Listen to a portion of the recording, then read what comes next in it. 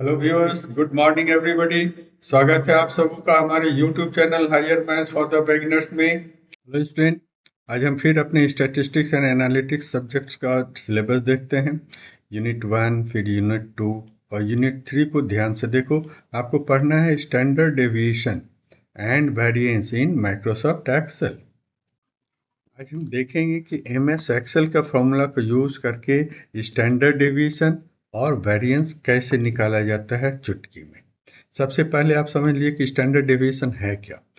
Standard deviation को हम लोग इंडिकेट करते हैं सिग्मा से, जो कि और कुछ नहीं रूट मीन स्क्वायर डेविएशन है, values measure from the mean.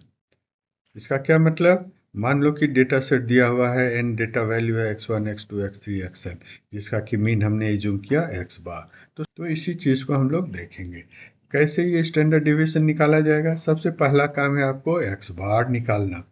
फिर x बार निकालने के बाद हर डेटा वैल्यू xi में x माइनस x बार करते हैं और फिर उनका स्क्वायर निकालते और फिर सभी स्क्वायर्स को सम करके नंबर ऑफ वैल्यू से डिवाइड करते। इस तरह से हमारा एवरेज निकलता है।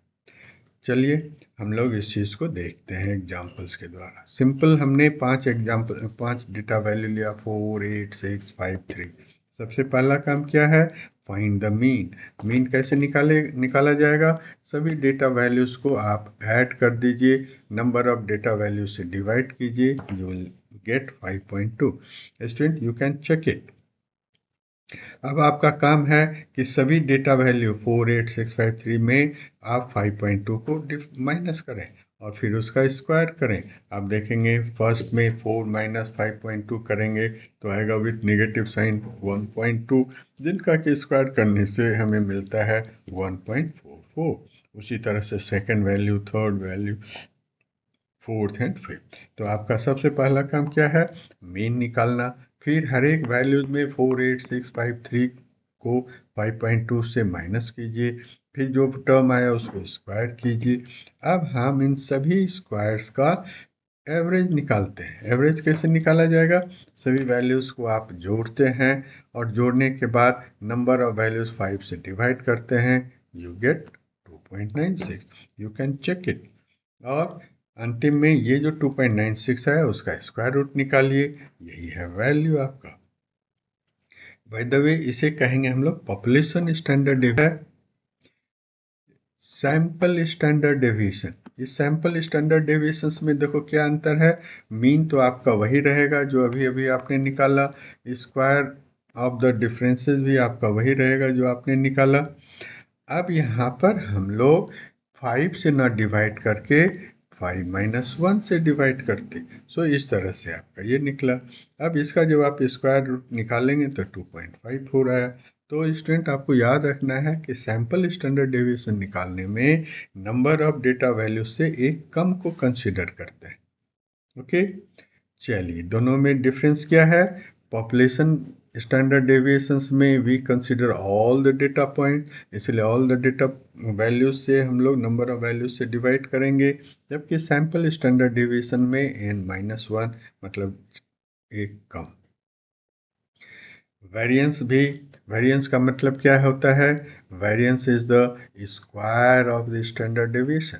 अगर आपने पॉपुलेशन का स्टैंडर्ड डेविएशन निकाला तो वेरिएंस उसका स्क्वायर हो जाएगा।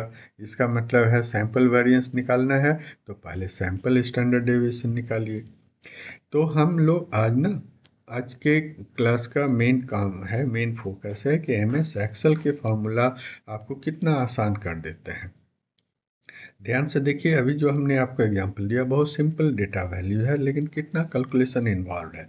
अब आप जस्ट इमेजिन करो कि आपके पास 100 ऑफ 100,000 वेरिएबल्स हैं, तो मैनुअल कैलकुलेशंस करना कितना कठिन काम होगा और इसमें समय भी बहुत ज़्यादा लगेगा। लेकिन जैसे ही आप माइक्रोसॉफ्ट एक्सेल को यूज़ करते हैं, ये एकदम सुपर हीरो की तरह तुरंत से आपको रिजल्ट निकाल देता है। आइए आज हम देखते हैं कि यह काम आप कैसे करते हैं। चलिए, आज का काम है हम लोग को स्टैंडर्ड डेविएशन एंड वेरिएंस निकालना एमएस एक्सेल के फॉर्मूला का यूज़ करके। फॉर्मूला लिखना है तो सबसे पहले आपको इक्वलिटी का साइन यूज़ करना होगा। स्टैंडर्ड डेविएशन निकालना है तो एस्ट्रिक टाइप करना होगा। ध्यान से देखो, standard deviation dot P, standard deviation dot V, दोनों चीज़ दिया हुआ है। डॉट एस, पी का मतलब पॉपुलेशन, एस का मतलब सैंपल।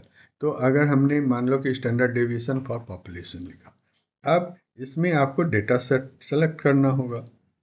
यहाँ से लेके यहाँ तक का हमने डेटा वैल्यू सेलेक्ट किया, ब्रैकेट क्लोज किया। द मोमेंट हमने इंटर किया हमें रिजल्ट आ गया, है ना। ये सुपर हीरो का काम, जो काम करने में आपको उतना मशक्कत करना पड़ा, यहाँ हमको जस्ट इंटर करते ही रिजल्ट आ गया। चलिए एक बार फिर से हम लोग देखते हैं। फॉर्मूला लिखना है तो इक्वलिटी साइन करेंगे। किसका लिखना है? स्टैंडर्ड डेविएशन का।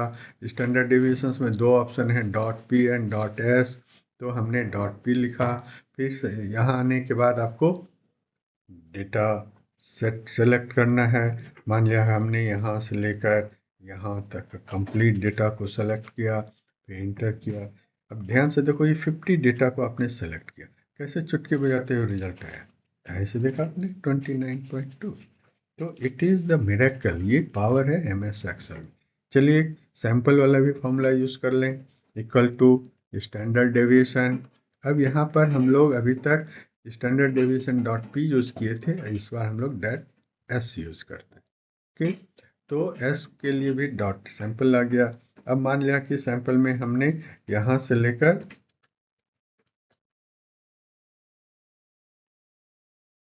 यहाँ तक का वैल्यूज़ को कंसिडर किया, ब्रैकेट क्लोज किया। जैसे ही आपने इंटर किया ये आ गया। ध्यान से देखो, ये और ये दोनों में डेटा रेंज आपका सेम है, लेकिन अंतर क्या है? यहाँ पर आपने टोटल सम को n 10 से डिवाइड किया था और यहाँ पर आपने 9 से डिवाइड किया। You can check it. Okay student, चलिए अब हम लोग वेरिएंस का देखते हैं। वेरिएंस को निकालने के लिए अगेन एक फॉर्मूला देंगे, इक्वलिटी। फिर वेरिएंस के लिए VAR लिखते हैं, VAR। अब वेरिएंस के बाद भी दो ऑप्शन है, डॉट पी डॉट एस। अगर पॉपुलेशन यूज़ करना है तो पॉपुलेशन वाला यूज़ करेंगे। फिर हम लोग डेटा सेट में जाएंगे। अब यहाँ पर अगर हमने मान लो कि यहाँ तक को कंसिडर किया, फिर ब्रैकेट क्लोज किया, इंटर किया। ध्यान से देखो ये कितना आ गया, 105। आप चेक कर सकते हो। इसमें एक चीज़ और मैं आपको बता दूं, वेरिएंस का मतलब क्या था? Square of the standard deviation. तो 32.4 को स्क्वायर कीजिए, you will gate exactly this. उसी तरह से यहाँ पर के लिए आपने याद करना है, इक्वलिटी वेरिएंस के लिए VAR। फिर हमने पॉपुलेशन यूज़ किया। फिर मान लो कि कंप्लीट सेट्स को आपने सेलेक्ट किया, जैसा पिछले बार स्टैंडर्ड डेविएशंस में आपने किया था। उसके बाद ब्रैकेट को क्लोज कीजिए and you will get the answer 853। आप 29.2 का स्क्वायर करेंगे, यू विल गेट 8। तो स्टूडेंट्स, आपको दिखाना था कि हम लोग एमएस एक्सेल के फॉर्मूला को यूज़ करके काम को कितना आसान बना सकते। जब स्टैंडर्ड डेविएशंस निकालने के लिए कहा जाए और आपके पास ग्रुप फ्रीक्वेंसी डिस्ट्रीब्यूशन है, उसके लिए भी हम लोग एमएस एक्सेल यूज़ कर सकते, लेकिन उसमें कुछ ज़्यादा ही प्रोसीड्योर इन्वॉल्व होता है, उसे हम बाद में देखेंगे। Thank you.